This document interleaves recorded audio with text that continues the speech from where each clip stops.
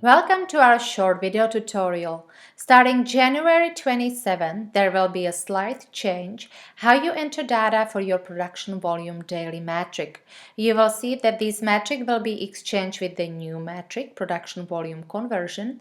And the reason why, before you were entering data in a unit of measure typical for your org unit.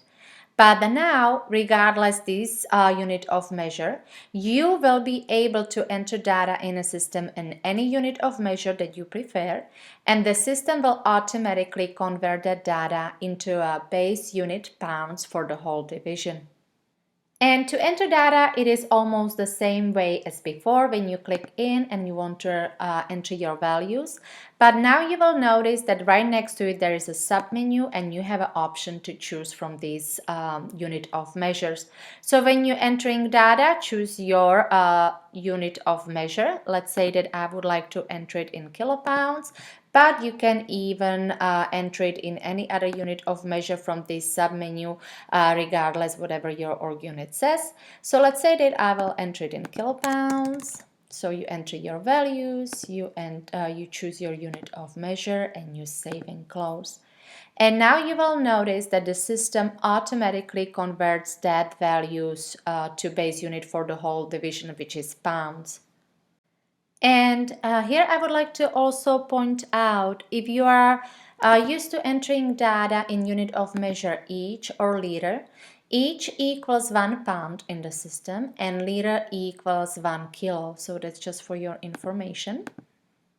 And you are also able to choose unit of measure for your metric and how you would like to see your data displayed in the dashboard.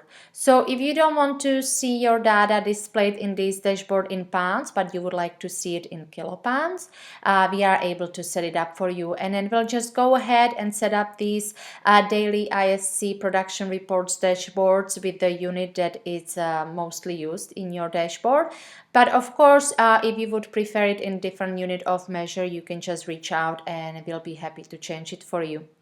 I would like to also mention, before we finish this video tutorial, you are able to enter your data in your own unit of measure into your dashboard in this data entry view, but you will not be able to do that in a spreadsheet view or by mass import. If you are doing mass import, you have to make sure that you import your values in pounds, which is the base unit for the whole division. And that's pretty much it. If you have any questions or need any assistance, please don't hesitate to contact us at support@teamguru.com. We would be very happy to hear from you.